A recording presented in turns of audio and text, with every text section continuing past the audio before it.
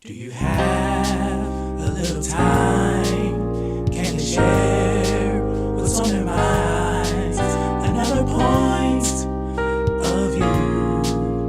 They'll speak their truth. They'll make you laugh. They'll make you smile. It's the Marlows with Mike and Anthony. It's the Marlows. It's the Marlows. It's the Marlows with Mike and Anthony. It's the Marlows. It's the Marlows. It's the Marlows with Mike and Anthony. Hi everybody, welcome to this week's episode of the Marlows. I'm Mike. And I'm Anthony, and we're the Marlows.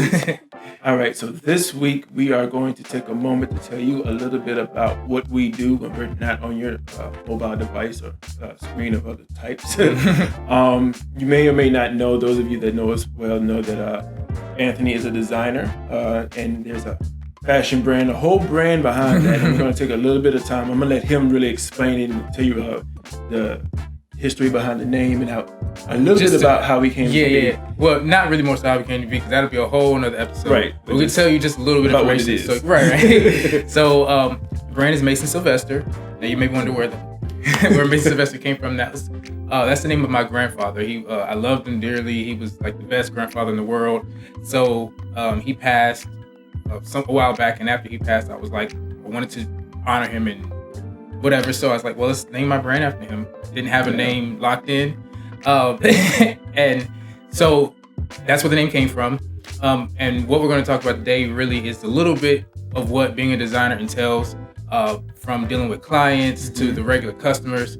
What we're going to be showing today is the process of actually this entails both clients and customers, because when I have my clients, which relates to my custom pieces, people who want something custom and special for a special occasion, a special event. Just for them. Right. I go down and I look for fabrics, look for trimmings, and there's a lot of things you have to consider, from the season it is, the color palette, the textures, how it's going to fit. Is it stretchable? What's elasticity to the fabric? How is it going to hold? There's so much to consider. Then even down to just buttons and types of closures and notions. Yep. And again, trimming and details are very, very important to me and my aesthetic. So a lot of that I have to take into account and consideration when I'm, dealing with a custom client, or even when I'm dealing with my regular customers, which relates more so to the available ready-to-wear items. Right. I have to think of people in the masses. Right. So you have to go broad reach. Right. So would more people gravitate to this, and why would they? What's the comfort level of it? Is it stylish? Is it practical? All those types of things. And then I jump in with the part of, well, how much inventory is there? How it will be? How much will it cost? Right. He deals with all the business. Right. There's a lot that goes into every little thing that you see see from us. There's a whole lot behind the scenes. And I'm more the creative hand, obviously. Right. And it's just for future reference, if you ever say, hey, I want something custom designed, I want something custom made, and you reach out to a designer and they tell you their price, it's not more so, sometimes not because just material, but it's a lot of time and labor and effort, not just picking the fabric, but what am I going to design? Providing sketches for your clients, saying yeah or nay, you going back and forth to the drawing board, then fittings and consultations. Because you can't have something custom made and it doesn't fit right. So it doesn't make sense. So, and then the time frame is and they have other customers and clients they have to deal with, and then you have to keep your website going, and you have to eat and live and sleep. right. But we've been doing this for over 10 years. Well, actually, I've been doing it longer, but the brand itself has been in existence for over 10 years, almost 11.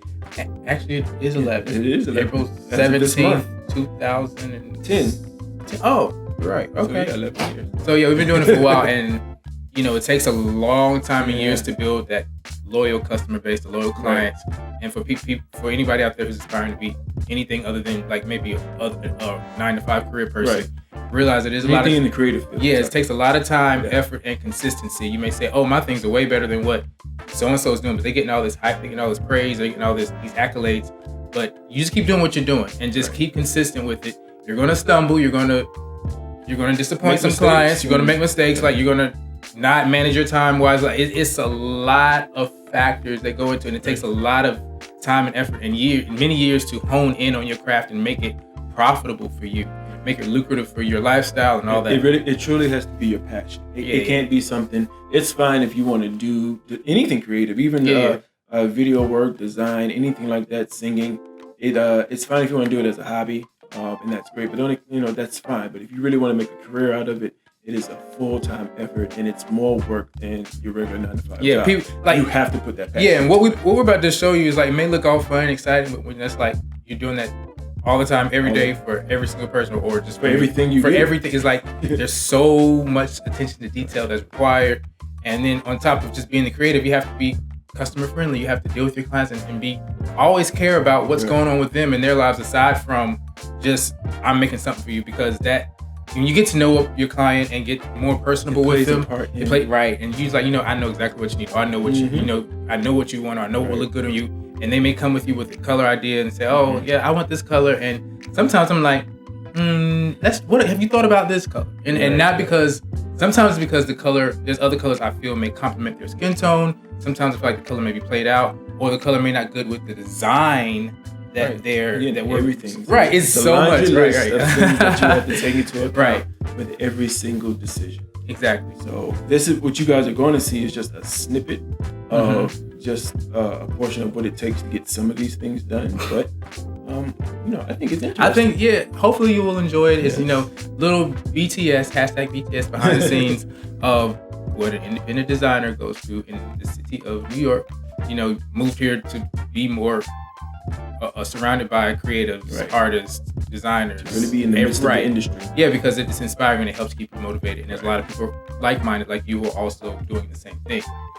So, a little taste. Yeah. Hope you guys enjoy. All right. Oh, that beautiful bean footage. So, on my way down to the district, and that process entails taking the train. So, I'm at the subway waiting for the A train. Fastest way to Harlem, the A train. But going down to the garment district. I have a few clients I have to pick some things up for some custom stuff. Some things I have to pick up for the retail side, for the website, and something else. Oh no, that's it. Yeah. So yeah.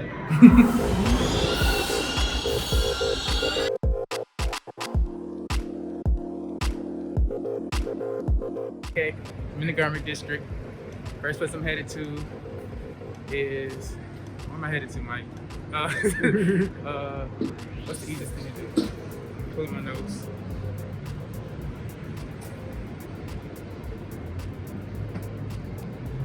Fabrics for my clients who all have little girls. I love making dresses. Okay. You just gonna follow me?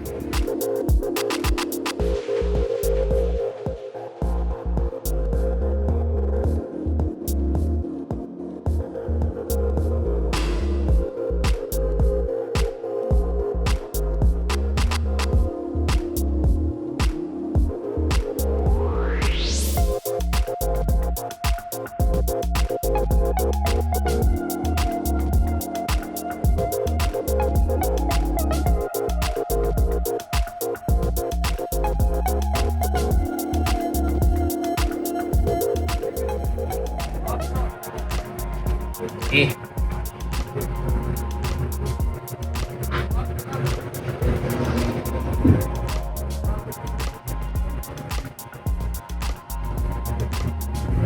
You don't think it's a bit dark? I mean, it's gold, but it's dark because it has, I think. I'm sorry, for kids dress, yes, Okay. too dark. Sorry. Okay. I was just saying yes to that nice bag. Oh yeah, definitely, yeah.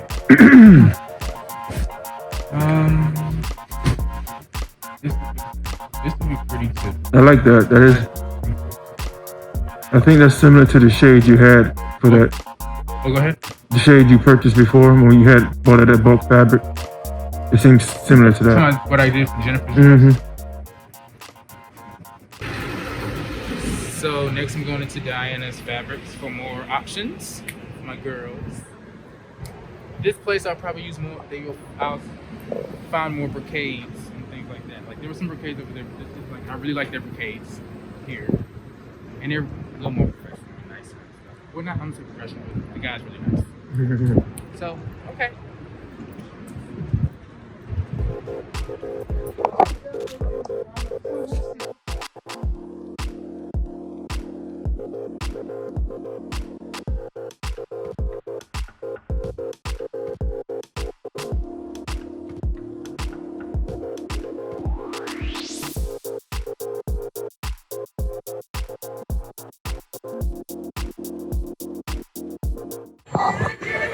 Here for trimming details, stuff like that for a new piece, a new retail item, a new ready-to-wear piece that's going to be on our website. So yeah, I'm pretty much done. There's nothing for me to. I have the trims and everything. I just want to add something a little extra.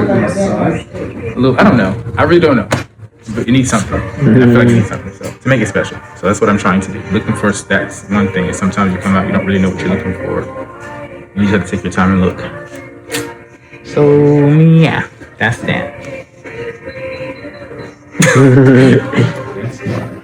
With the short chunking leaves, the fiber from rocket leaves used for making items such as hats, baskets, and mats. Cool. Roughly trim. I think it might be dope. I think it looks cool.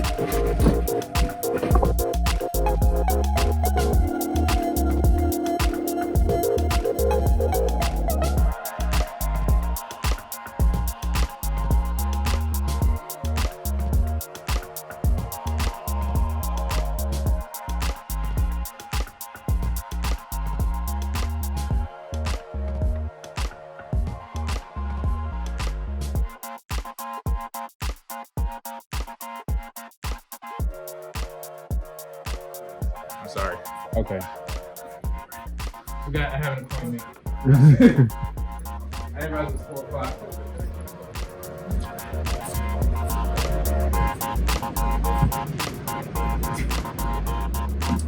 Got everything I came down for. Accomplished everything. So, I'll go home now and get to work. That's all I have to say about that.